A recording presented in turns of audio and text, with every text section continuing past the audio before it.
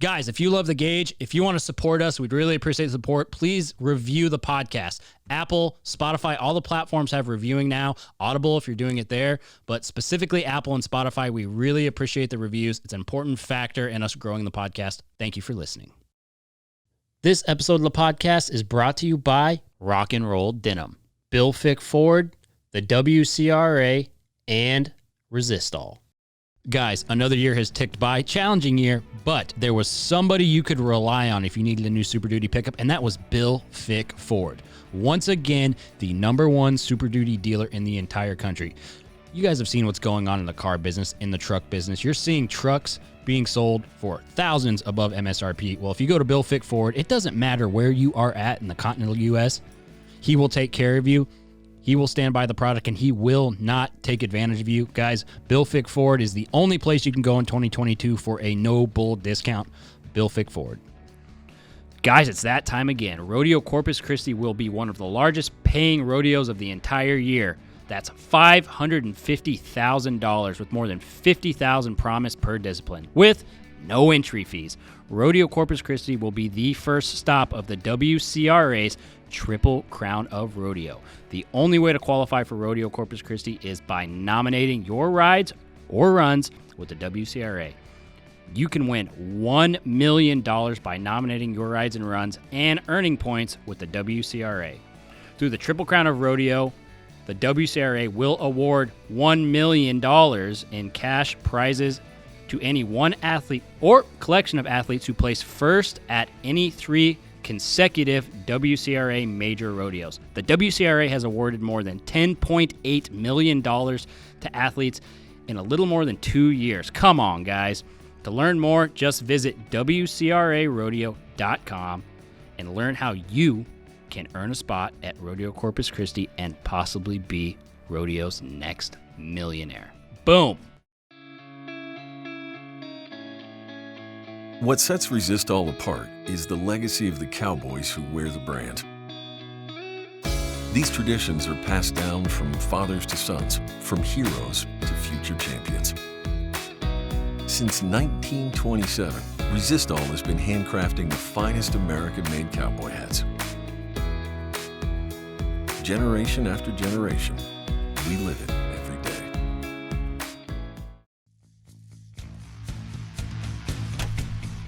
This is The Gauge with host Chance Conradu. Are you freaking serious? It's Conrado.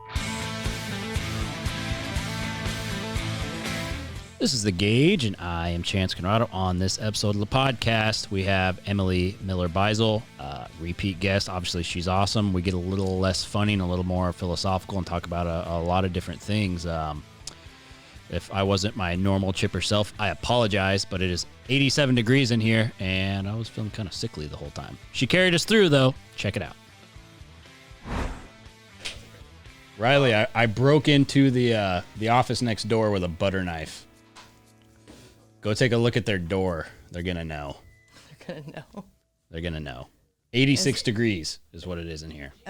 A butter knife, that's all you need to break into it. Well, so I did it with a regular butter knife. Okay. And it bent it into an L. So I used the back of the butter knife, like, pop the lock. And then actually what happened is it broke the door, all the wood off the door. Oh, fair.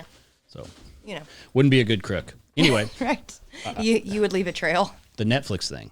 Yeah. Yeah, no. So I was reading this post about all these people that were upset with some lady that kept saying she was like wiring the money on this horse, and then never did. And they were like, that is the oldest trick in the book. Yeah. And so kept referring to her as like this Inventing Anna. So I watched, like I said, watched the Inventing Anna, and it was pretty wild what that girl managed to do. And like I said, I don't even know if it's real. I didn't care enough to look up to see how much of it was actually. Did you watch the whole thing? Yeah, I watched the whole. So it was good. Yeah, it ended. I mean, it wasn't quite as great at the end, but no, it was not a waste of time. Yeah. I've watched I like those kind of shows. Yeah, I've watched dumber things for sure. So that's why I kind of quit watching TV. But Austin and I watched Scandal during COVID. I don't know what that is either. Yeah. You don't know what Scandal is? No, dude. Like I really. The shows that I've been how far I am behind on stuff. is that show Vikings. Congratulations. I'm watching Vikings right now. That's where Viking? I'm at. That show Vikings, which is actually really freaking good. You ever seen that show, Ty? I've not. Yeah, that's a good show. I haven't seen it either. Yeah, that one's good. It was on the History Channel, but it came out like 10 years ago. If you lean back, just bring it with you. Okay. I was like, maybe I'll just slide forward. Okay. You know what? That's such a good little topic. Not really a topic. It's kind of a screwed up thing that happens, but that whole I'm wiring the money thing. Why are there so many shisty people in the horse business? Oh, I Drives know. me nuts. Makes Yeah. me just not like. That's the aspect of it I don't like. Right. I am not like selling horses, buying horses, trading horses, all of that. It's just the ones that I have now. And I keep saying this, and I just got a new horse here a couple months ago, but I'm like, they're going to have to last the rest of my life. It's like, it's just a hard business. Not that I haven't done business with a lot of really great people, but it can be disheartening at some points. I think it. Yeah, I mean, there's good people in it. The problem is the good people are usually on the bad end of it. Right. Yeah. So it's such a weird thing, right? And this is what's so interesting about you. And usually, anytime you've been in here, we're always goofing around, but I don't think we should do that this time. I think we should be serious if possible. Yeah. It's gonna be hard with a sunburnt redhead. I know. I do. Jokes. I really look so orange with this. I'm like, golly. I don't think I'm that burnt, but It looks like you're super burnt. yeah. For a redhead though, I tan extremely well, and like Austin doesn't tan at all. So it's always funny when people with the red hair are always like trying to say anything positive about their pigment. yeah, right.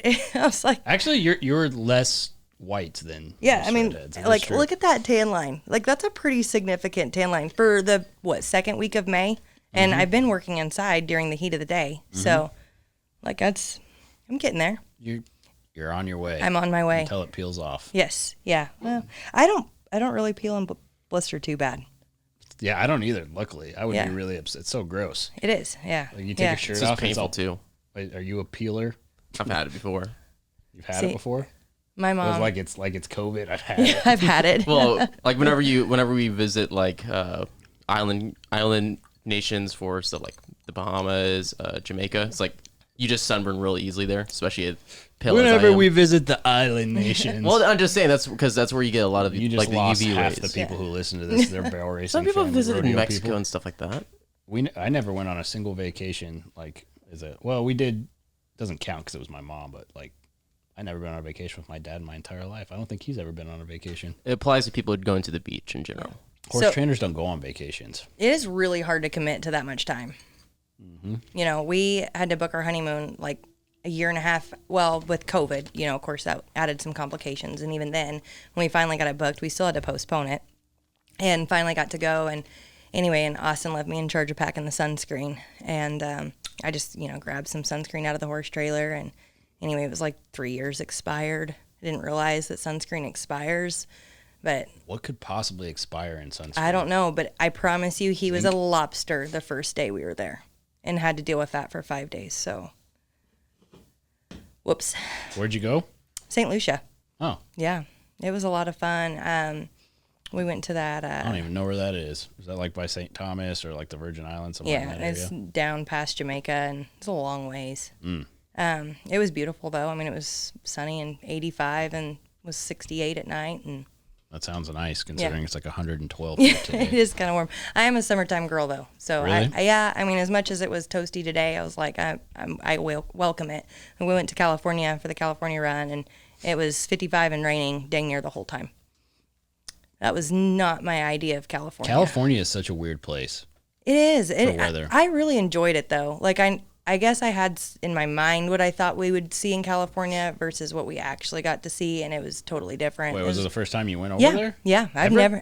When I was little, I went to Bakersfield to go see my aunt and uncle. When we were itty bitty kids, but that was the first time I'd ever went on that run of rodeos. And anyway, there's a lot of agriculture out there. I mean, it's like number one for Yeah. agriculture in the U.S. Yeah, it I know was- California people get mad whenever we talk about it, but we're usually talking about politics, not the state. right, and that's why when we went to go eat. Several times at restaurants, people would be like, "Oh, you're here for the rodeo. Oh, well, just so you know, we vote red." I'm like, They do that. yeah, like they so- defend themselves. I'm like that, it's So like, this I'm is in yours. California all the time. Oh, really? I didn't know that. Yeah. because we have a business there. Yeah. Like we have it in Fort Worth, Denver, in there. So constantly over there. They're all it's crazy. They do that. They feel like they have to announce that they're not right. like woke people. Right. I really enjoyed them. I mean, the crowds were outstanding. Like the first rodeo we went to in the state of California was Oakdale. And like you couldn't even walk through the stands. Like it was packed wall to wall. I haven't seen that many people at a rodeo in Texas in a long time. I mean, they were pumped to be there, and it was pretty wild. It was a good time. Yeah, I mean, California is like a whole year behind everybody else on COVID restrictions and like the way that that's they do true. things. So I think that has a lot to do with it. Yeah, right. They're just now getting to leave their homes. Yeah, they still have mask mandates in some cities. Yeah, that's crazy. Yeah. I know, because like in Oklahoma, I mean, we didn't even really know COVID existed. Like in Weatherford, I mean, we were at home for like 2 weeks. I mean, I was back to working as a hygienist by Mother's Day. Yeah, well, you were wearing a mask anyway in there. So yeah. But it's so weird. Like, I have to wear a mask at work, but like, I don't want to wear a mask outside of work. Like, when I'm in an airplane, I'm just like, oh my gosh, like, I just want to be able to breathe. It's different, though, when you got like spit flying. Yeah. At that moment, I'm like, all right, I'll go ahead and put my mask on. But no more masks on airplanes. Working with people exposed mouths and everything like that. Yeah. Well, and you wouldn't realize, like, the aerosols, that are in a dental office are, pretty high. Yeah, I bet they are. Yeah. So. Yeah, but no more masks on airplanes. No, we've graduated. Yeah.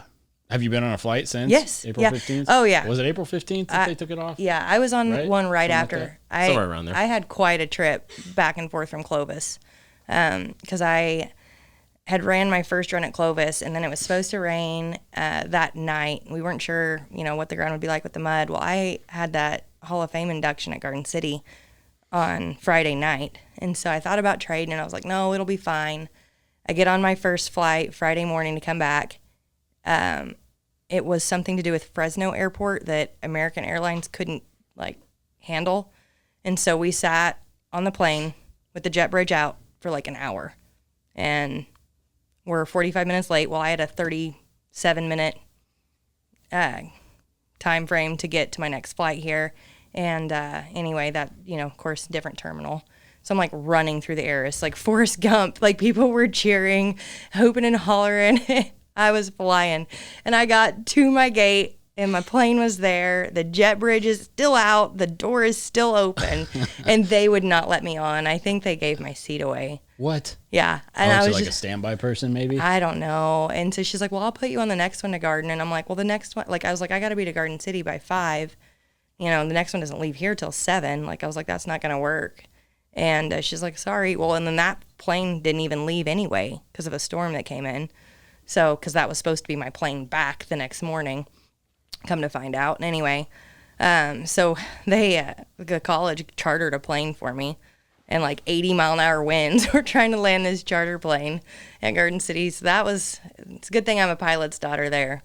That was rough. And he did a great job. Really? With the circumstances. Like just a little plane? Yeah, a little prop plane. Yeah. Yeah. And, got there, everything was good, and I was like, all right, I'm going to get a few hours of sleep before I have to turn around and go back to the airport. And then I get a notification that my flight from Garden City back to Dallas has been delayed 4 hours, which was going to cause me to miss my flight to Clovis when I was up that afternoon.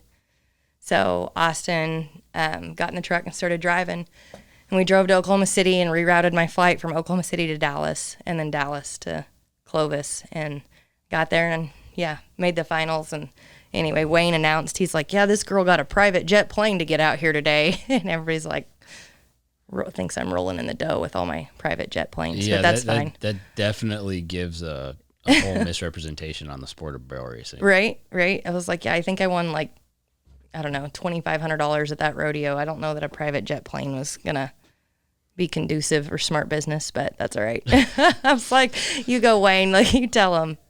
But isn't it funny what announcers do to try to hype it up? Yeah, I know. I was like, if somebody wants to buy me a jet plane and fly me around, that would really help, because I enter like a psychopath sometimes, and I think I can be 12 places at once, but it's fine.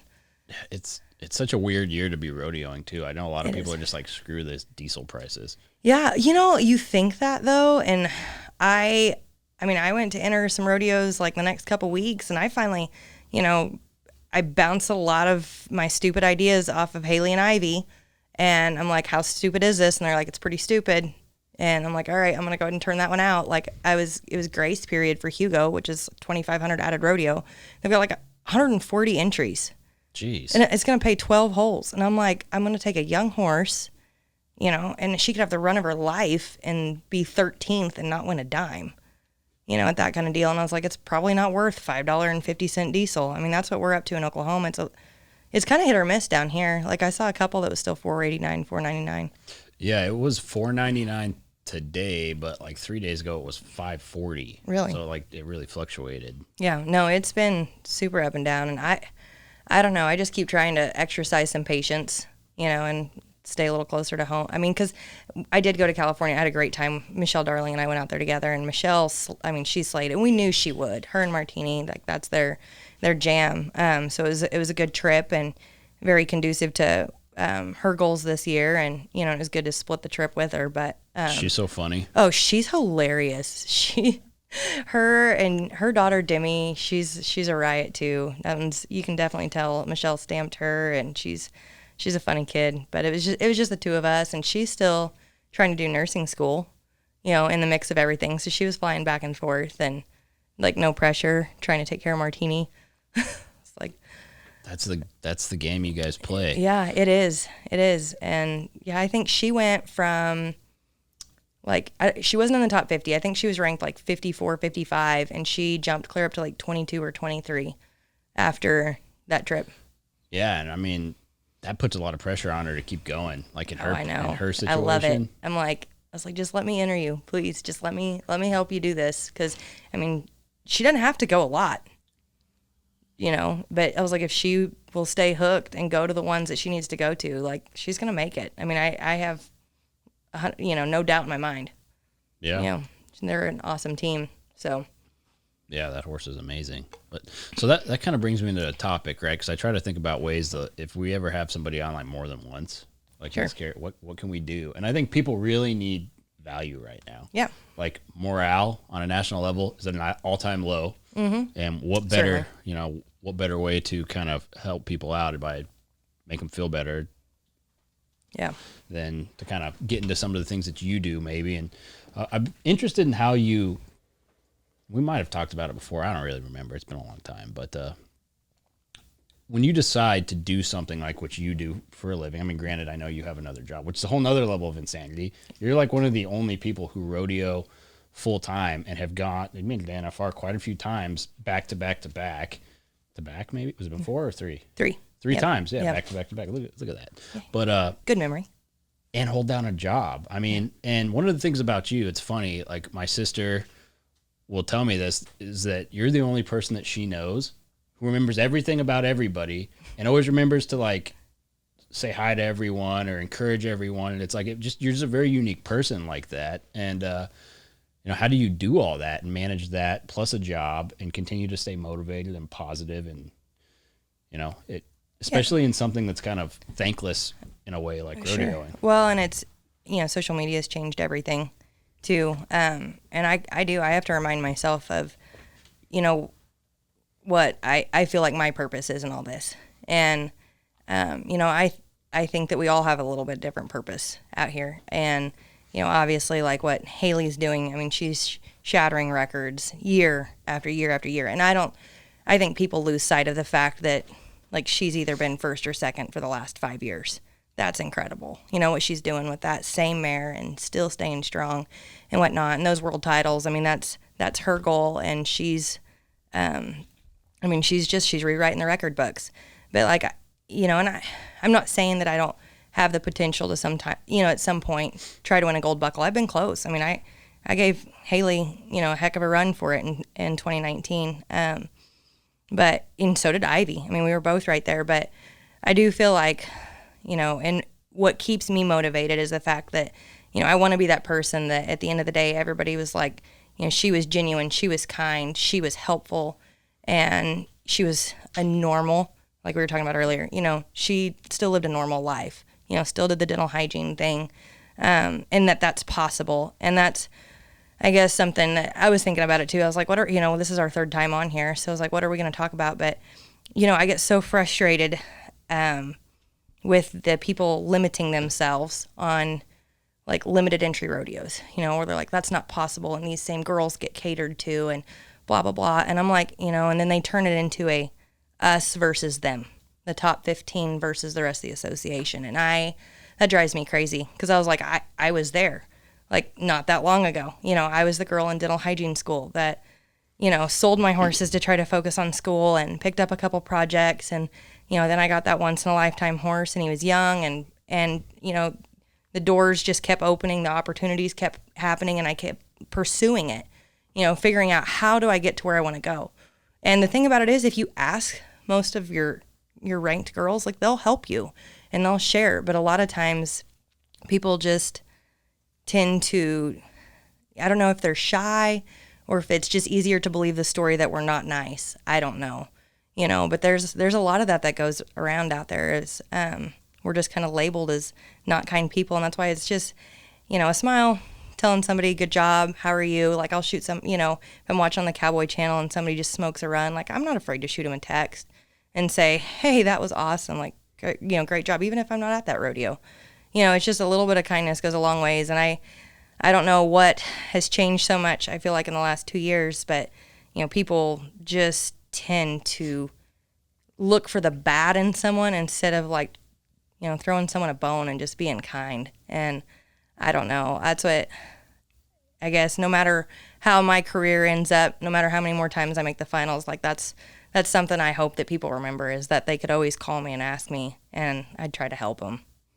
Yeah. Well, I mean, just speaking plainly, I mean, you have really nailed that. I mean, obviously it's no secret to anybody who listens to this show that I'm really close to my sister. Everybody knows that. Yeah. We talk literally every day, almost like to the point where it's like, can we not talk for a day? Right. But that's awesome. It is, yeah, because it's one of the things that we were really close as kids because we just had a chaotic childhood, and most people don't stay close to their siblings. So I actually am really happy I'm close with mine. But she has told me several times that and this is what's cool about you to me, like if I think about it, if I have time to think about like sit down and like actual rodeo people, if I actually have time for that, think about the different people that I admire for different reasons or I think do cool things. And like everything you just said about Haley, yeah, but it's all freak of nature stuff, which means she's not like Haley's not as relatable.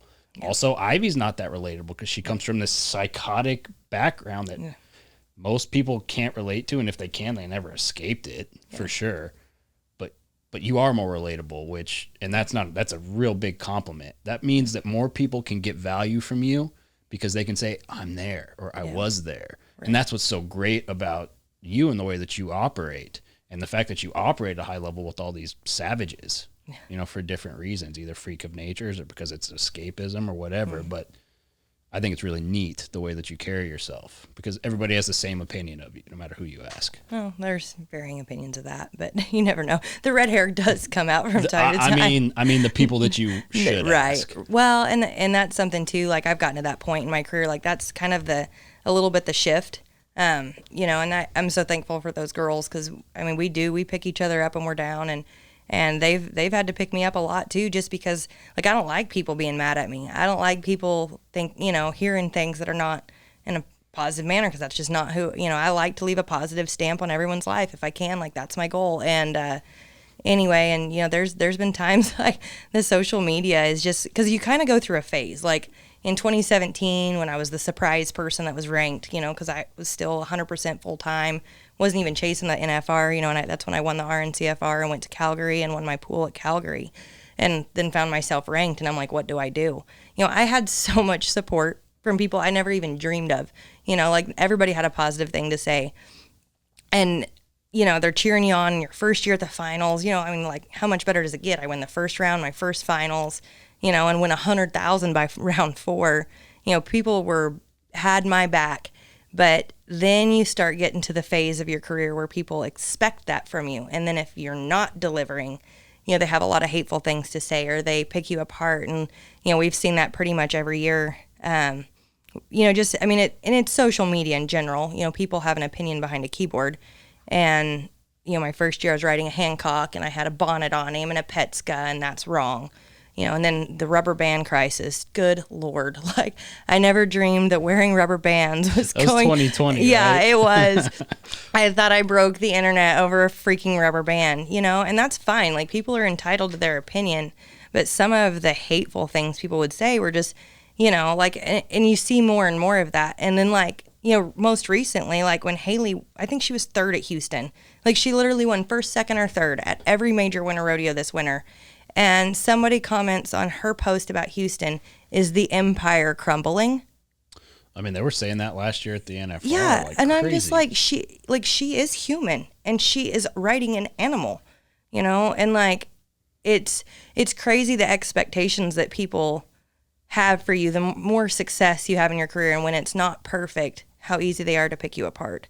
And so, in this point, where I'm at today, like, I've got to really learn to separate myself from that and like I'd hate it that I have my social media all shut off, because I used to engage with everybody. I'd get on the Stairmaster in the morning and I'd go through and I would reply to every comment on every post. Like, I was so dedicated to that because I wanted people to know that it was me. That was important. And now, like, some of those things, I just have it all silenced, and I'll go through every now and then and read something or reply to a message, but not very often, just because a lot of it is, it's hard on your mental game, and if you want to stay being successful, like, you can't let that stuff wear you down. And so it's kind of a fine line to navigate now. And Ivy's great about that. Like, I don't want to say she's ruthless, but she's like, screw them, like those kind of people. She is can, ruthless. Yeah, she can rally. Like, she can let that stuff bounce off her so fast. And like, I admire that about her, because like, it's not all rainbows and unicorns out there. And we all, anybody that's out on the road understands that. But the opinions you get at home, and of course, social media is, it's important. It's, part of the sponsorships, it's how we're going to grow our sport. But sometimes it's crazy. It really is. And people they're brave. Since COVID, I think they're really brave behind a keyboard. Well, they never have to face up for what they do or say in any way, like Twitter, Facebook, Instagram, any of them. Like, you don't have to own up. There's no repercussions for anything you say. It's like, so no one would ever say it to your face because they don't want to get knocked out, right? Or arrested or whatever. So it creates this environment that is so toxic for people who strive to do anything. Yeah. Yeah. And it's so hard with what you guys do, or just in general. If you do anything that's not just normal, like if you were just a hygienist, that's what I mean by normal. Right. Right. Or whatever, anything, put yourself out there in any way. Like, someone is going to come after you and hate you for some reason. Yeah. And, Fallon told me that she turned all the comments off on her stuff, which it wasn't that long ago either. And it was for the same reason. I think everybody who ends up getting a social media presence, even massive people, I think Joe Rogan said that he hasn't read his comments in years. Yeah. For the same reason, because it'll just screw your brain up. I just don't think the human brain is set up to where it can handle that much cruelty or criticism. Sure. And I don't mind. I mean, like, I feel like my dad is a very real person in that sense. Like, I don't want to say like he's really good at humbling me, but he's the first to say, all right, like, if you were doing my job, you'd be dead, and I'm like, well, it's a good they don't fly airplanes. But, like, he keeps it really, really real. And that is fine. But like, just the, and it seems like it's a lot of the teenage girls, that are pretty, but I say that. And then like, it's, some old Bob that's been to the rodeo for the last 95 years, and this is how we used to do it, and he doesn't approve of our way of doing it now. And I don't know, I guess it comes from all different sides of it. But yeah, it's kind of tricky, because then, we get in a situation like you and I were talking about earlier. Like, you do have a cute little fan that sends you this amazing letter that warms your heart, but you don't see it, or you don't get it, or, whatever. And like, those are the important people to encourage, and so like, it's a fine line in me trying to, reply to those without getting too drawn into drama and stuff. And it's, it's getting trickier all the time. It really is. It is, because people want so much, at least from my standpoint, people are always asking, like, some people want autographs, but not really. It's not the same, because I'm not going to a bunch of rodeos. It's like, I stay in my little bubble area and do my thing, but people want a lot of time. Yeah. Like, and that's really hard to give, right? Like when people want your time, and I know they probably want your time, people want you to get on their horse. They want you to do different things. And, you know, you almost feel obligated to burn yourself to the ground to give people you actually don't know your time. And I just don't think, starting to realize that I don't think that's a good idea. Yeah. For your own mental health. Right. And it's, I mean, the mental game of it's 90% of it. You know, you can have a great horse, you know, but if you're not in the game, man, it's, you know, just entering smart, you know, just like the deal. And Hugo's a good rodeo. I've been to it every year, but like during grace period this year, I was like, I'm going to pull out. I was like, I don't have to go to that right now. And that's another run on my horse before we leave for the summer, you know, for $200. And you just got to make smart decisions. And if you're sitting there fighting your head, it's easy to go to places. Like I just listened to Jill Moody. She was on a podcast and she was talking about, you know, all the places that she went that she shouldn't have, and she regretted it. And, you know, the mistakes she made with Dolly. We all make mistakes. I mean, it's part of going up and down the road and getting that experience and learning. But that discipline, like being able to discipline yourself and say, hey, that's not necessary right now. Like I know they can have that rodeo and not call my name and it's going to be okay. And like rodeo mentality, sometimes that's kind of hard, you know, for especially me. Like, I enter up, you know, I've got several horses to run and I'm not afraid to go, but, you know, you've got to be disciplined in all aspects, whether it's, you know, with your horse or the mental game, you know, just staying involved because it's a long season. I mean, it's a marathon, it's not a sprint. And, you know, all those little factors certainly play a role. Yeah. Yeah. And I think that's so awesome. And like one of my biggest goals has been to get rodeo people like yourself or even people who operate in this to like a more mainstream audience, to get regular people to like get value from it. And I think that's one of the best things is the discipline like that it takes to perform at this, because you might not be a horse person. And I hope there's a lot of people who aren't, who listen to this. That's way more important to me than a bunch of horse people listening to it. But just because they're going to listen to it by default, right? Because of the people who are on it. But I think that's the most relatable thing. Like whether you're trying to be a huge success in the business world, another sport, or rodeo, barrel racing, fraternity, whatever it is there's such a level of discipline that high performers have to have. Yeah. Like, and what role that plays. And clearly you're disciplined in a lot of areas. You're obviously very disciplined in your physique and things like that, and the way you eat, which is a whole nother aspect of you that a lot of people don't do that. Right. I have to though. I think my horses would not appreciate it if I didn't pay attention to what I put into my body. Cause you know, genetics too. I mean, a lot of that, we all come from a different element. We all have different battles that we're trying to overcome in order to get to the finish line. I mean, of course, everybody here wants to win the world. You know, every time we go to the finals, I mean, you know, we all want to win the world, but, you know, everybody's journey there is a little bit different. And that's what I saw a girl that she posted. She was like, she'd set out. She was like, this year I'm going to make the finals. I'm going to make the finals. And I think that is the hardest thing to overcome, is just starting out the year being like, I'm going to make the finals. And I know you have to set a goal, but like, I almost think that when you like try that hard to force something to happen, like it's just tough. Like it never works out. Like you just have to have the discipline to do your routine day in and day out, do what's best by your horse, ask for help, get that experience, go to the rodeos that you know to go to, or, you know, are confident in. You know, I like Guyman. And Guyman was great this year. They did a really good job with the ground, but I have never won a penny at Guyman. I don't know why I can't win at Guyman. I've rode every horse I have there. I've tried them all, you know, different times. I've been up early, I've been up late. I was like, I just cannot figure out how to win at Guyman. And I really need to mark that one off the list. There's just something about that arena and I that don't get along. And it's a wasted trip for my horse and it's wasted time for me, you know, but you don't know till you try and get that experience. And I think that a lot of where I'm at now is I've got a lot of experience behind me with some of these rodeos that I need to not dismiss, you know, and keep that at the forefront and stay hooked to what I know and not Ivy. She's just like fear of missing out.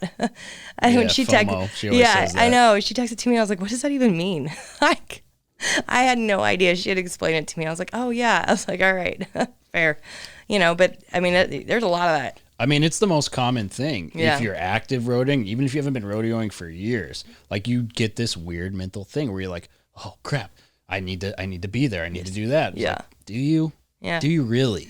No. You know what I mean? And you have people, not like people with back numbers competing, the surrounding people, all these different little groups of people, whether that be parents or, the Buckle Bunnies or the whatever group of people, and they all feed that problem. Everybody has to be a part of the little ecosystem, and it is weird. It is so weird. It's kind of gross. Well, and it's like you almost like become dependent on that. Like when you get in that little ecosystem, like the approval of the people that are pushing for that and encouraging something, and you're like, and that's what Austin has been so good to me about. He's like, Emily, he's like, I don't know anything about this, but he's like, what I do know is, he said, you need to trust your gut more.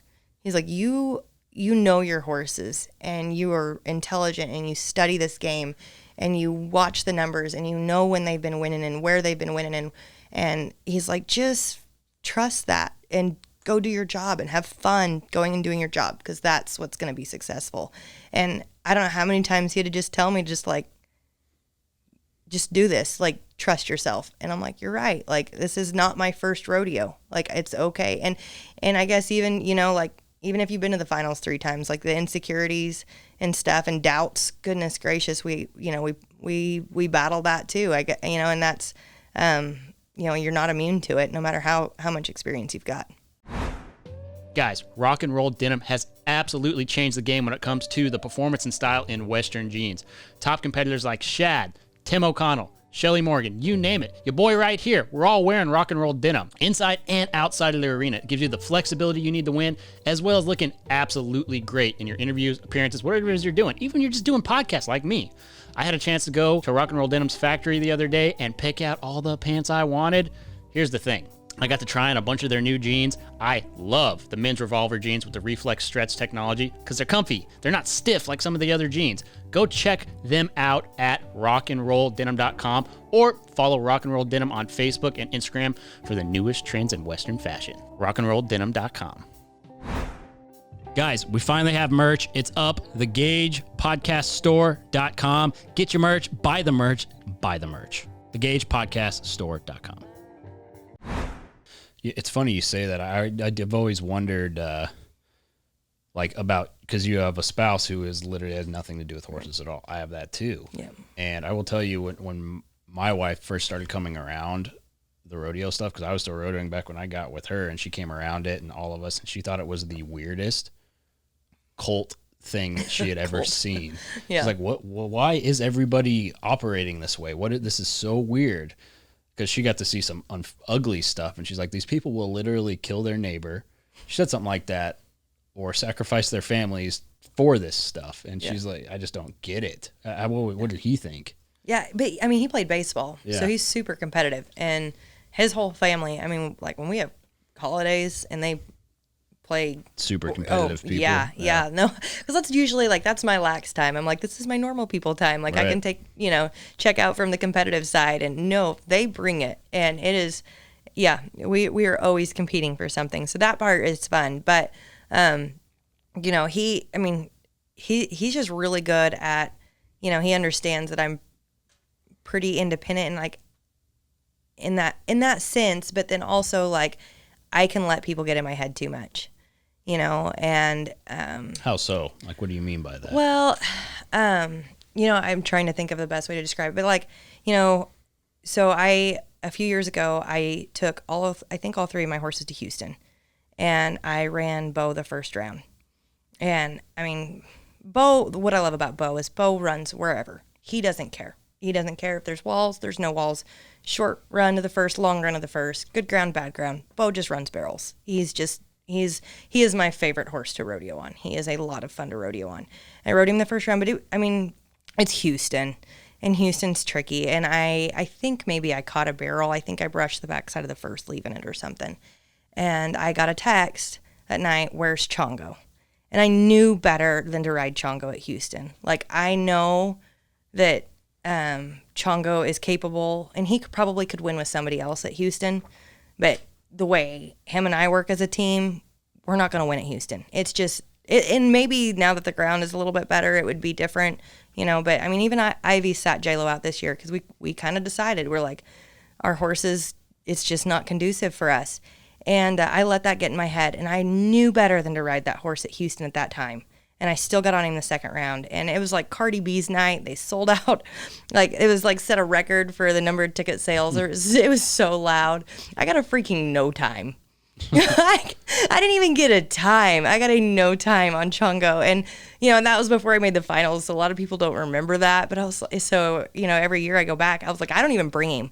Like, that way he's not even an option. I was like, I just take that option out of the table. But I let one text message get to my head. And like I said, it's not that somebody else maybe couldn't do good on that horse, because he's very capable. He's a great horse. But, I knew what I was feeling on him, and I knew that it was a bad idea, and just something like that. I mean, I don't know, like, what if I'd have won the second round on Bo? I've been to Houston 5 times, and I've only made it out of my bracket 1 time. Like, Houston's tough. It's such a weird rodeo. It's so weird. And I struggle. I mean, I do. It's a tricky, tricky setup. And it's a lot of times people, I don't think, realize how hard it is to get your horse out of Houston afterwards. You may have a great rodeo at Houston, but then your rodeos after that, it's tough, because like they run in and they just learn to dive to that first barrel. It's so short. It's 30 feet from the alleyway to the timer, and then like I think 30 or 32 to the barrel. I mean, that's like 60 feet. That's nothing. It's just weird. But everything about Rodeo Houston is weird. It's like you have more celebrities and big time just people from around the country that go to Rodeo Houston than ever go to the NFR. Yeah. Crazy. Did you see that deal about Gwen Stefani? Yeah. Yeah, that was freaking awesome. She's like, I have a rodeo. And then like by the end of it, she's like, this is awesome. Like, I think that's what's unique about Houston, and I think that, it's like what you're doing here. You guys are reaching a different audience of people and opening up to our world, and it's so important for the growth of our sport. It is, because it's like when we bring somebody on who has nothing to do with rodeo, like, and they get to see, and like, they're so interested, they're hooked forever. Yeah. Like, we bring somebody on who was like on The Bachelor or something. Yeah, right. You know what I mean? We did that. There's a guy who he was The Bachelor or whatever, he was on it. He was like one of the people who won it, and it's just like, so people who are fans of him, they come and they like, oh, he was on that, and then they start watching it, and we get all these messages all the time. It's like, I didn't even know all this, like, these kind of people existed. Oh, I know. And it's really freaking cool when people are interested in rodeo. Well, and I know that I work in like Weatherford's like 11,000 people, but last week, like, I'm not joking, out of my 8 patients that day, I bet 7 of them said that they now have the Cowboy Channel app. Yeah. They walked in and they're like, they couldn't believe I was there cleaning teeth. They're like, we just watched you last week in California. Yeah. Like, and they're like, my aunt and uncle in Kansas City, I just saw them last week. I would have never bet that those people would subscribe to the Cowboy Channel and watch the Cowboy Channel. Like, they're constantly asking my mom, they're like, when is Emily running here? When is Emily running there? And like, huge fans of it. That's all they watch now is the Cowboy Channel. And, but too, like, kind of what we were talking about earlier, like, some of that, it's an amazing thing and it's doing a ton for our sport, but for its athletes, now we're kind of having to adjust because of, like, what we talked about, like some of the, everything is aired. Yeah. The good, the bad, the ugly. You hate to say it, but it's not really an adjustment. It's just catching up to every else. Absolutely. And everything else. It's like, okay, this is what, not you, but just in general, this is what was wanted. Mm-hmm. Now it's slowly happening. It's like, okay, it's time to professional the fuck up. It really is. It changes the value of what a rodeo athlete is, which is what everybody wants. Yep. But some people don't want to perform like they're professional athletes, right? Or have to be held to that standard. Yeah, and it requires a lot of discipline to be. Yeah, it's always discipline. That's everything, right? Yeah, I was listening to this book. I think it's like the 3rd time I've listened to it, but it's called Extreme Ownership.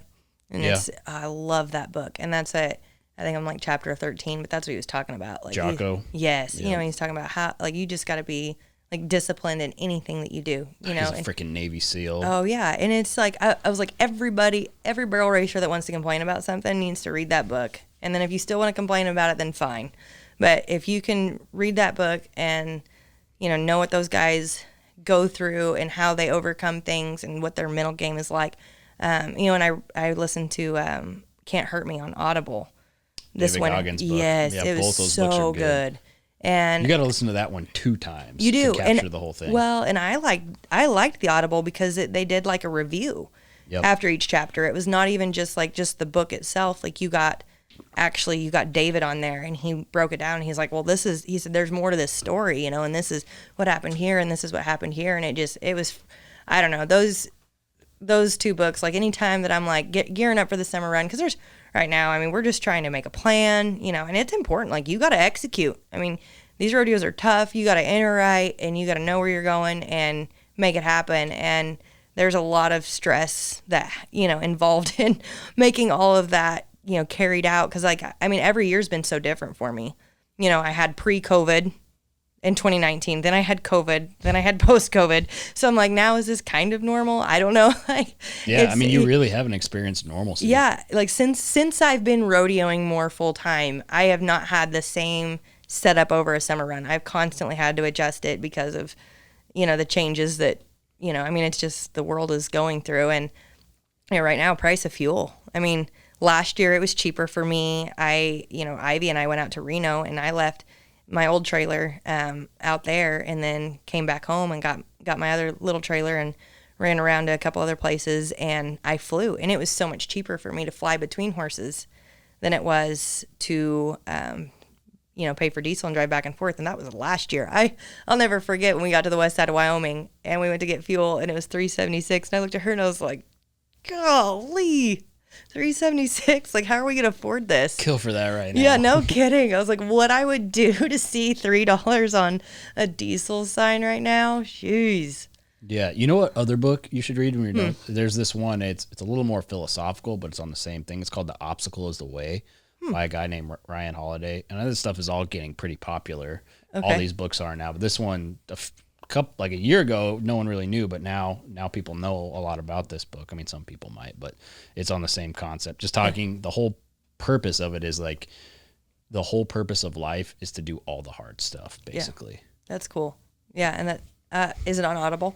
Oh, absolutely. Okay, yeah, it's a bestseller. It's a great book. I think they just notified me. I had like 7 credits. I just do the monthly thing. I'm like, I need to go in and buy some books. Really? Yeah. See, I listen to a crazy amount of books. So like the Audible thing, because they only give you like one a month, right? Yeah. Yeah, it doesn't work. So I just have to buy them on Apple. Oh, really? No, the one a month works for me. Really? Yeah. So, even with the driving? Yeah. Because I listen to a lot of podcasts too. Yeah. So I mean, it's the balance of things, and then when you're traveling with Michelle, you're learning all kinds of different music.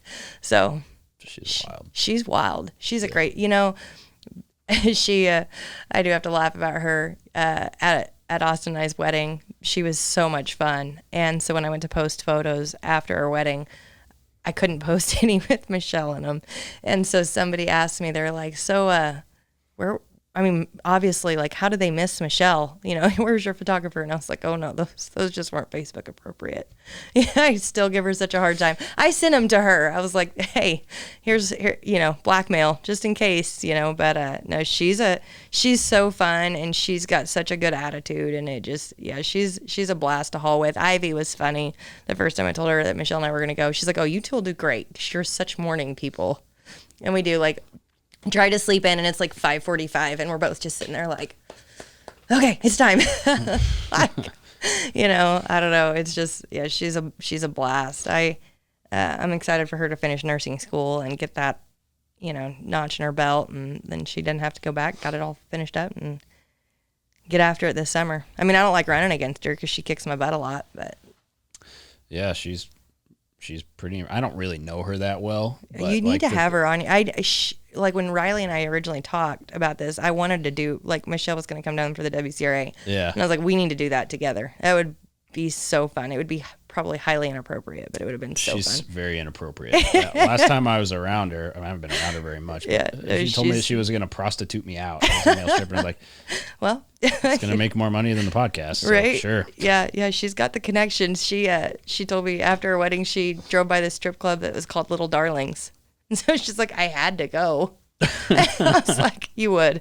I was like, I don't even know how you were functioning after that party, but yeah, she can rally, and like that was what was crazy. So after Clovis, after all my craziness with the flights, we got back and had to drive straight home. We both ran on the short round Sunday afternoon, which didn't get out of there till like 5 o'clock, whatever time zone that is, and 2 hours from here. And so it's 7 o'clock here. And she had to be at the hospital at 5 a.m. Tuesday morning.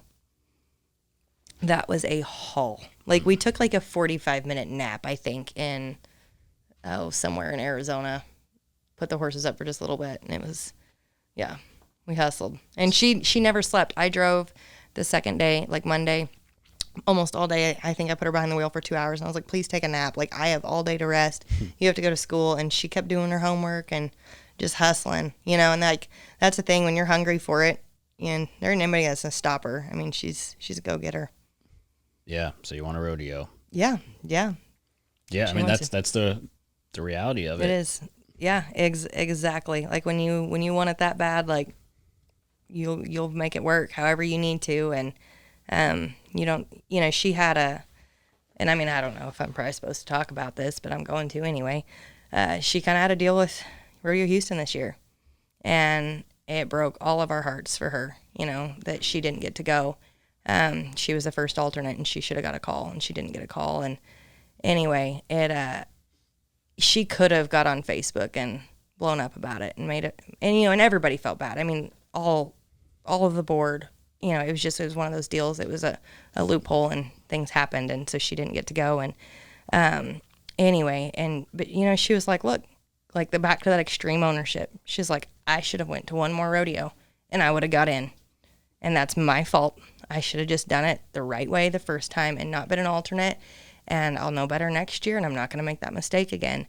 And I was like, like that, I mean, good for you, because that's the way I see it too, but I was an alternate my first year at Houston, and I did get in, and that's why I was trying to keep it positive for. I was like, you'll get a call, and she should have got a call. And anyway, but she handled it so professionally, and all it did was just motivate the crap out of her. And like, you don't see that happen very often anymore. It's usually the opposite. Yeah. People have something like that happen, and instead of, taking the ownership for the situation and being like, I could have done this different, and we would have had a different outcome.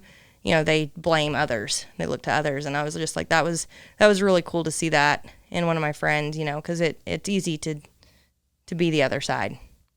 Yeah. Yeah. And I mean, I think it has a lot to do with just how modern our society is, right? Mm-hmm. Everything is captured on your phone, and like everybody, it's what I hate is not everybody should have a microphone. I know what I mean? And Facebook and Instagram, really Facebook, but gives everybody a microphone, and it breeds like a lot of narcissism in people, whether or not they're actually narcissists. But that extreme ownership, it's like it's always on you. Yeah. There's no, like, in a realistic way, there's no way to, maybe some rare occurrence, like you can't control if somebody, shoots you in the face or something. Maybe you can control that you have a concealed carry and you can prevented it. Like there's always some way you can spin it back. Like that something you can control, and people just, and you talking about how it's like the top 15 versus everybody else, and the way that rodeo's set up and how the members are against you guys. It's like, if somebody really wants to, and you're a testament to this, so is Ivy, for fuck's sake, is Ivy a testament? Like, if you really want it, you're going to turn over every freaking stone to find a way to get there. And people hate that message. They hate it because it conflicts with the fact that, and maybe it's that they didn't start a business, they didn't do this, they didn't do that, but it always conflicts with whatever barrier they decided not to cross. And so that's why they don't like it. That's why they have a problem. Yeah, it's not convenient. It's not convenient. Handouts are convenient, right? And so people just like, well, I want to go to Rodeo Houston. I want to go to Fort Worth. I want to go to the indoors. But that's not how it works. No. And you hate that.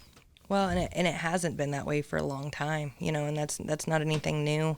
I think our association is headed the right direction, with some rule changes that'll give you that knowledge base, 365 days ahead of time. So that way you know what it takes for sure. But we've always had a pretty good idea for the most part, that, and I say that for the most part, there has been some lapses here and there. But I mean, if a kid coming from a non-rodeo family working as a dental hygienist doesn't know anything about it, and I didn't really have a mentor, can figure it out and get there, like anybody can. I laughed too.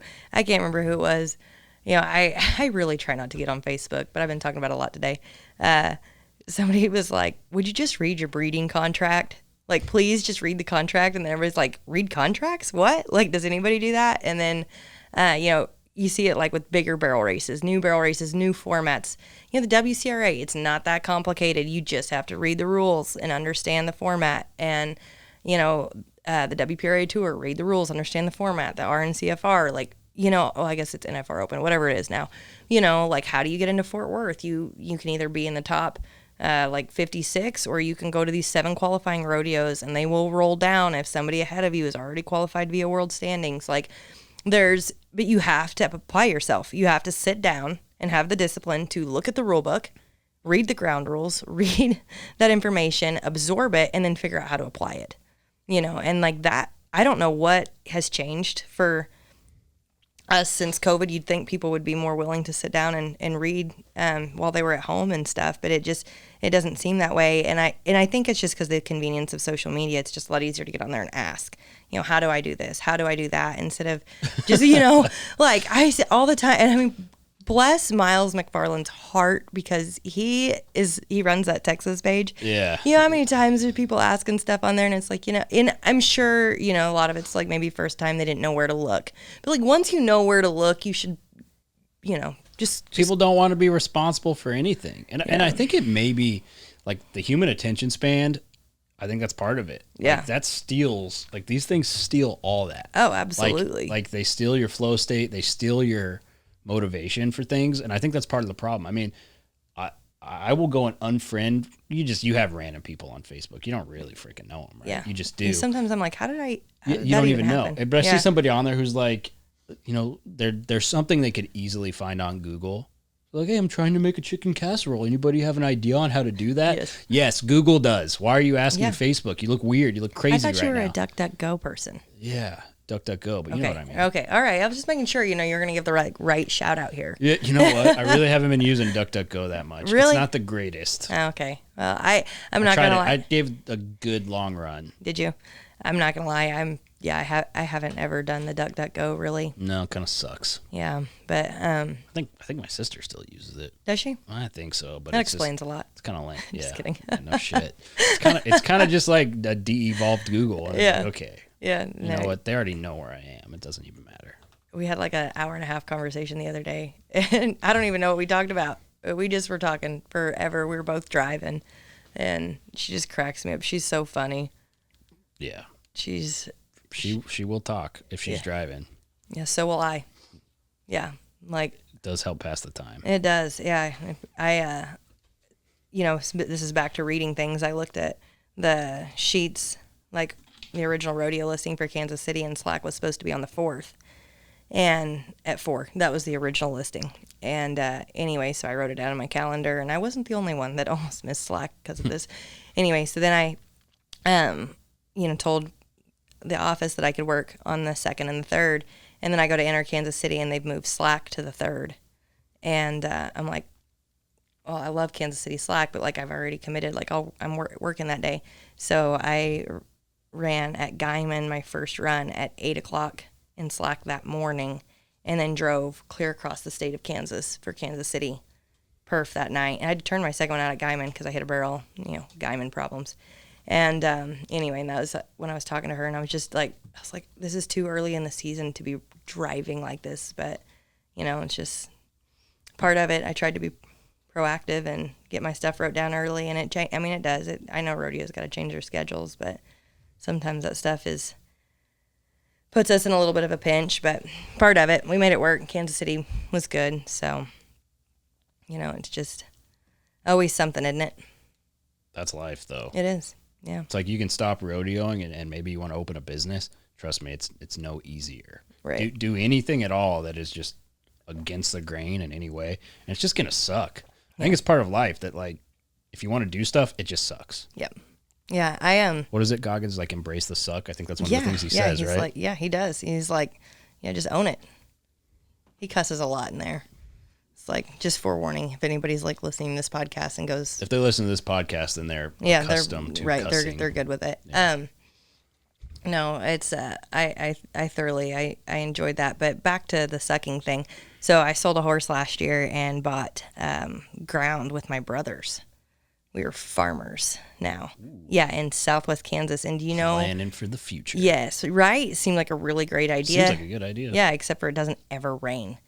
Southwest Kansas. Yeah, you got to have pivots and all that stuff. Oh, it's all, well, some of it's irrigated, some of it's dry land, but yeah, that area of the world, it kind of sucks.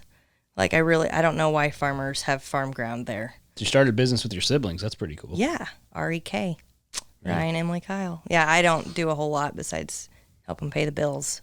And it's all kudos to my little brother. Yeah, the three of us did the same thing. We haven't announced it yet, but we started a business. Sweet. Yeah. That's awesome. We'll see how it goes. Yeah, you're the oldest? Yeah. Yeah, okay. So, yeah, we're similar. I'm the middle child, but there's 2 boys, 1 girl. 2 girls, 1 boy. It'll be interesting to see how successful our little business is because we all are doing so much other crap. Yeah. Like hopefully we can have good people running it. We'll see. That's 90% of it. That's all of it. Yeah. Without good people, no business can be successful. Oh, I know. That's what, we've got my mom running the books and my dad helps my little brother. And so it's going like it. Oh, yeah. It's Like we are farmers. Yo. Yeah. Legit farmers, just in case. You Wait, never so know. is that what's going to happen? Like when you hang up the boots and the No. spurs, you're going to be out? I mean, farming? not unless if there's a lot of things that go south first to get me back to Southwest Kansas. That I can promise you. But I mean, I'm gonna be Kyle's biggest cheerleader, and maybe Ryan will show a little more interest in farming at some point in time in his life. It's not right now, which is fine. I don't blame him. I mean, It's not for me. It's definitely not the sexiest gig No, historically. no, and I have decent mechanical skills, but not great.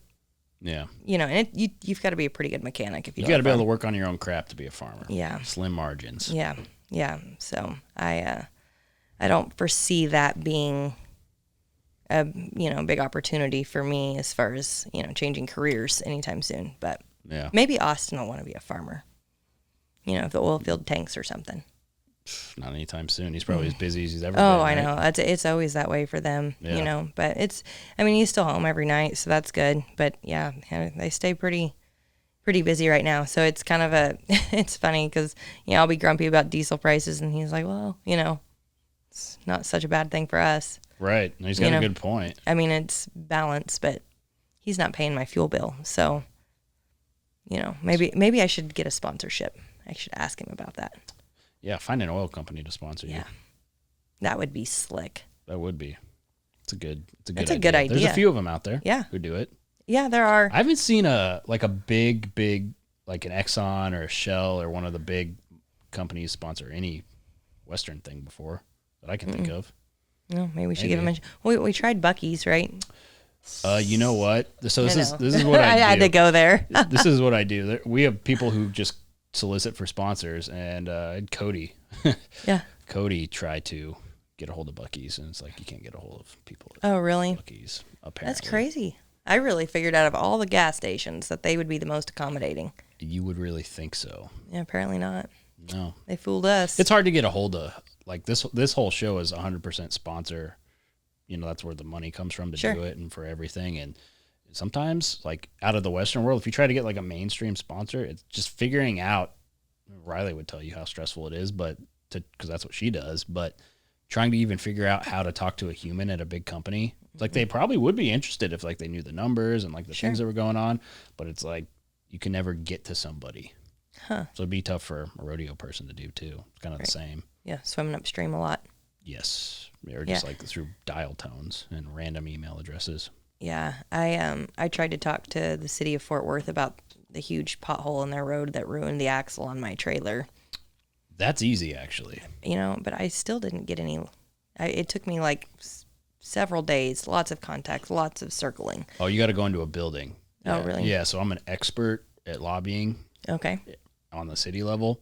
You have to walk into a city building. Yeah, I emailed them and they said not enough, and I was like, that was like a $3,000. Whoops. No. Yeah, you don't. You go to a city council meetings, which you have to do. Gotcha. And if you're not a resident of Fort Worth, that'd be tough to figure out the schedule. Yeah.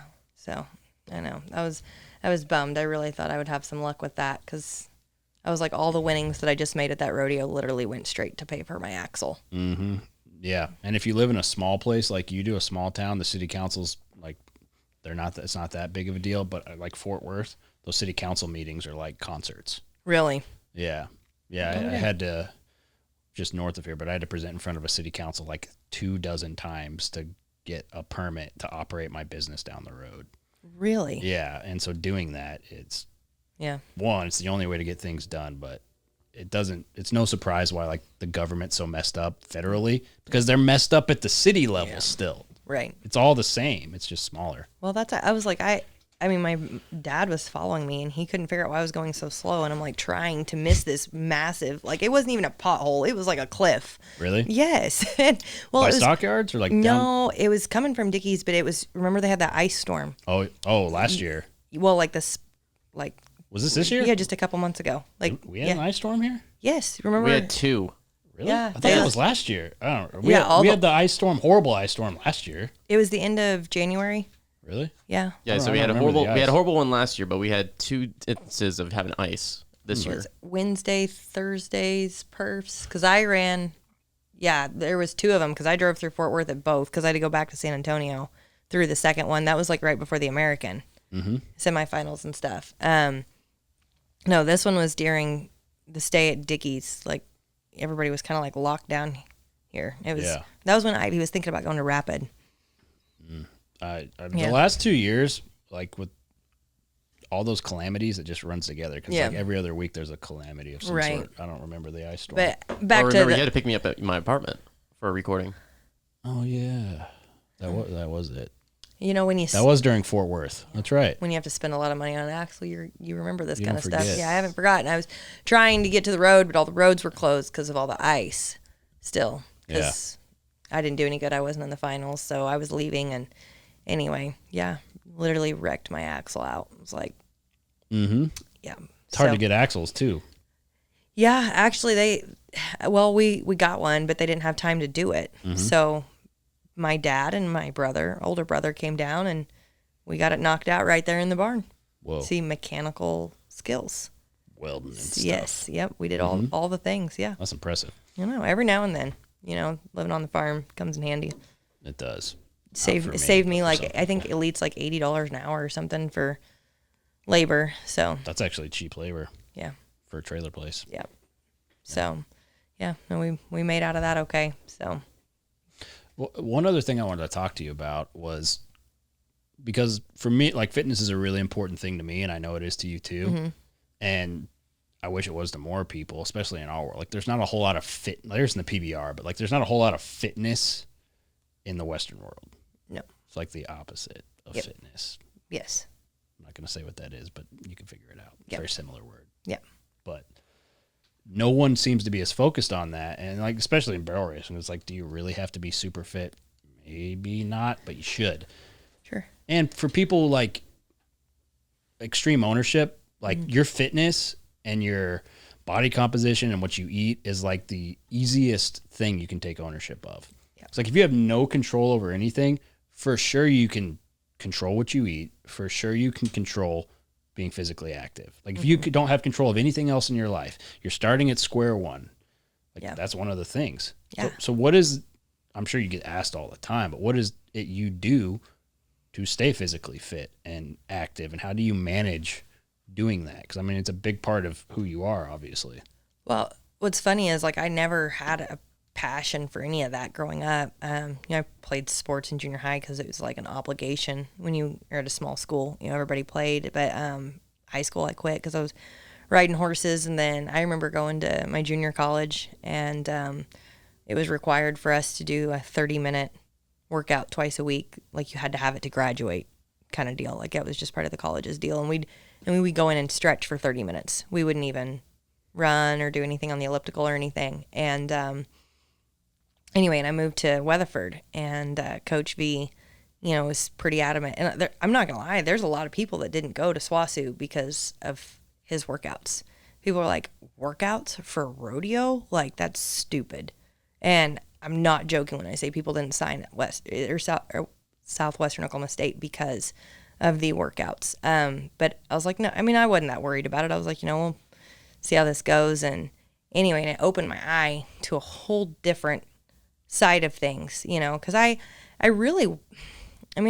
tied goats pretty good, and I roped decent. I was mostly a pole bender like in high school and stuff. And then I had one good barrel horse, like the end of high school, beginning of college. And then I had another young barrel horse come on that was pretty good. And I was like, man, like these horses are, they're stuck. Like it's tough to stay with them. You've got to have a lot of core strength. And I started doing these workouts with Coach V and totally changed my riding, and it was a lot easier to get up after a barrel or pick a leg up, to stand in your outside stirrup and not get out of balance and all these things. I started seeing all the benefits. Well, that comes with eating too. If you're eating McDonald's every morning for breakfast, it just starts your day off on a bad note versus like Coach had us, download MyFitnessPal and track our macros and kind of play with macros and stuff. So I started learning about that and took a nutrition class. And anyway, it just kind of went from there. And when you start seeing the benefits and start feeling better,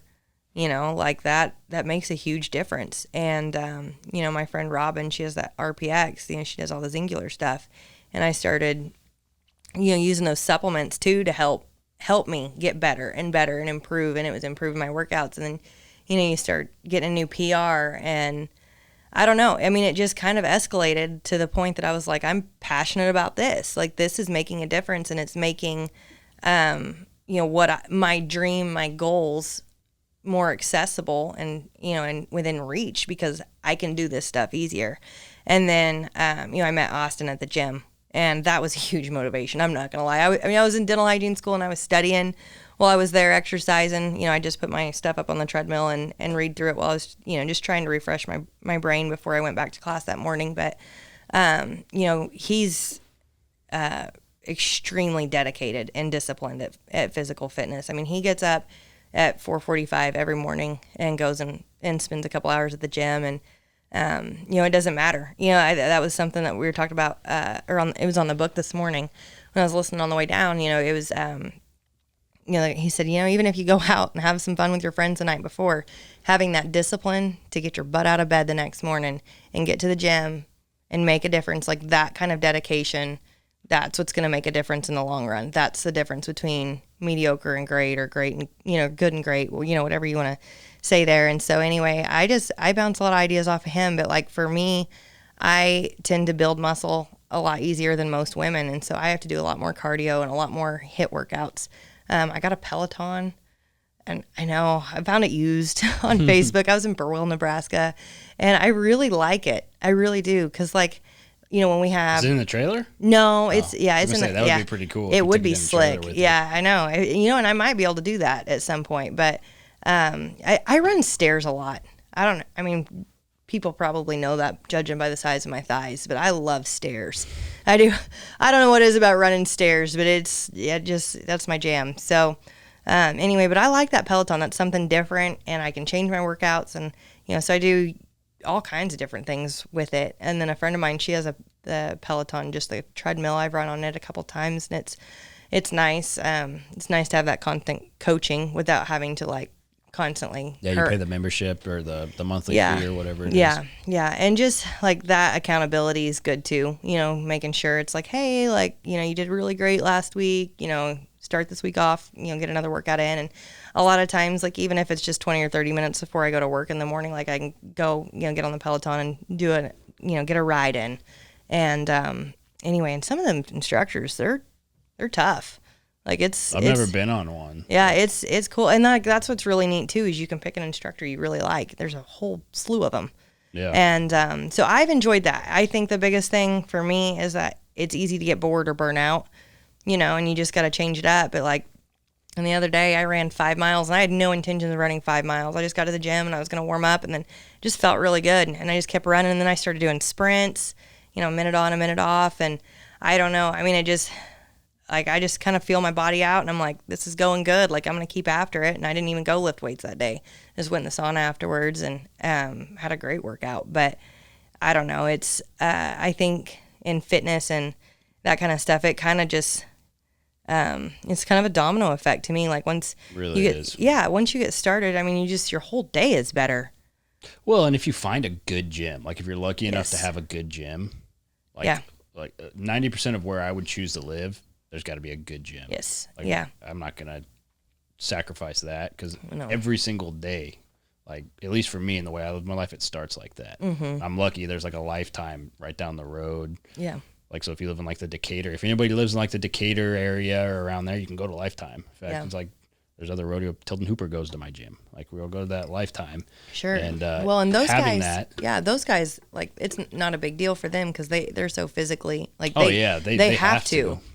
But like, for some reason, like, outside of the rough stock riders, there's really not a lot of push for it in rodeo, and I've never really understood that. You see a little bit more of it now, you know, with the barrel racers, you know, knowing it makes a difference. But it's, I don't know. It's just kind of something that people have neglected. You know, we're really consumed with making sure our horses, you know, on every supplement and physically fit, but not a lot of people pay attention to themselves as well. And no, they don't.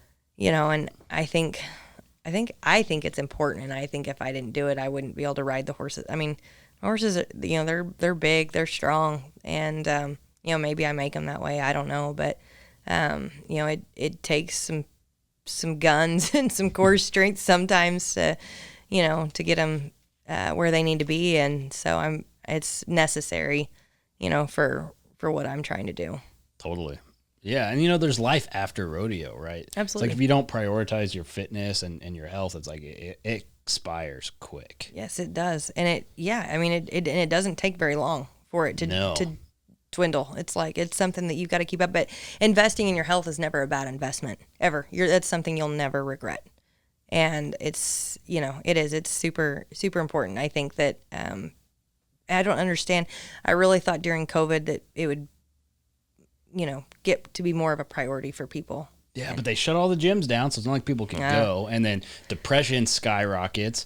Yeah. Like, every bad marker, child abuse, suicide, depression, anxiety, pill popping, alcoholism, all went through the roof. Yeah. No, we got lucky because we were friends with the guy that had the gym, so he just let us rent a bunch of. For you guys? Well, he just let us rent a bunch of equipment. I think you. Yeah, we moved my car out of the garage, and we had a squat rack and all kinds of cool stuff in there. Stairmaster, you know, I had the ropes and stuff. I mean, I love changing up. I don't know that I ever do the same workout twice. Really? Yeah. No, I change everything a lot, and I love to lift weights. You know, I don't want people to think that that's not, you know, because I think lifting weights is awesome. And I think that my physique was the best when I was lifting heavy all the time. But for me, it's a fine line in lifting weights and weighing what I feel like is a good weight for my horses, you know, to be successful. Because, I mean, there's a lot of really, really little barrel racers. And I'm not a really little barrel racer. I mean, I don't think I'm a big person, but I'm not. You know, I weigh quite a bit more than some of our smaller girls, you know, that, I mean, you stand next to Stevie and Haley and you're just like, I think my thigh is bigger than their whole waist, which, you know, is part of it. But, you know, I'm going to have to make up for that somewhere. And that's, I think sometimes, like, you know, just the core strength and stuff makes a difference. Because even Leslie, she was filming me at San Angelo. And I did something stupid. I mean, I like turned around and looked and then lifted a leg and did something. And she's like, only Emily can do that and not fall off. Like, well, I don't know. I mean, Chongo's like riding a rocking chair too. He's so smooth. But anyway, I do think that stuff does help. Yeah, I think so. I don't see how it couldn't. Yeah. Especially if you ever ride young horses, like being physically fit, it makes a tremendous difference. I've got a young horse right now that he's like riding a freaking lizard.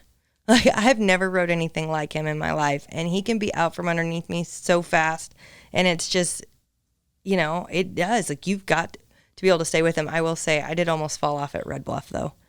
I was so embarrassed, but I was like, I'm really glad that I had enough strength to set myself back in the saddle. I tipped 2 barrels, and I was being stupid, and I kind of standing up my stirrups, pulling Bo back, you know, and he's kind of watchy anyway, and he got kind of to the outgate, and I thought he'd just head over to the outgate, knows where he's going, and he saw a banner and just went right into the Cowboy Channel camera, like it was like direct on, and I was like, well, that was great. I think I'll go do some sit-ups now. Like, whoops. I was like, yeah, it happens, but yeah, that did not give me a lot of confidence. I was like, so I cranked it out the next week. You know, I was like, we gotta fix that. That's not gonna happen again. That's right. Well, I can't think of anything I would rather do than keep talking but it's so hot in It's here. so hot. The one thing I'm I wanna like, do I can't is even just drink this beer. I'm so get outta here. hot. It's really, talk about discipline. Yeah. It is taking a lot of discipline to do. Absolutely. To do this Yeah. seat. Yeah. It's yeah, the AC is it's So malfunctioning. I went down there went in there, broke in, Yeah. and I set it to 70, and I swear there's Yeah. no way it kicked on. Something's wrong with that thing. Yeah. No, I was like, I should have had my hair pulled back. I've got like sweat running down. Yeah. It's toasty. have I'm not to going to call the complain though. landlord. I would much rather be warm than cold. So, Mm-hmm. you know, you do not have an upset guest here. But I'm an upset person. Yeah, you're an upset host. Yeah, I'm very Yeah, upset. you're gonna need a pay raise. I had to bring you a space heater one time. I'm gonna bring a fan now. pay raise? Yeah, yeah, yeah. Yeah, there's no You pay see- here. I was like, I just put that plug in for you. I tried. Who's going to pay me? I don't know. Somebody. The Somebody. universe? One of your fans should send you a gift. That's money? Yeah, like say, hey, you know, go buy a box fan. That'll be Start my taking gift donations? to you. Yeah, maybe that'll be my gift. I'll send you a surprise. Yeah, just the back of the podcast. You just hear. Yep, Yeah, that's a good idea. it is. Yeah, you know, but I mean, at least as long as you're comfortable. Yeah, that's true. That's what matters. Yeah, I agree. It's the little things. It is. Yeah. Well, we're going to leave and go get air conditioning in Yes, our vehicles. I agree. Yeah. I agree. Thanks All for right. having me. Thanks for coming.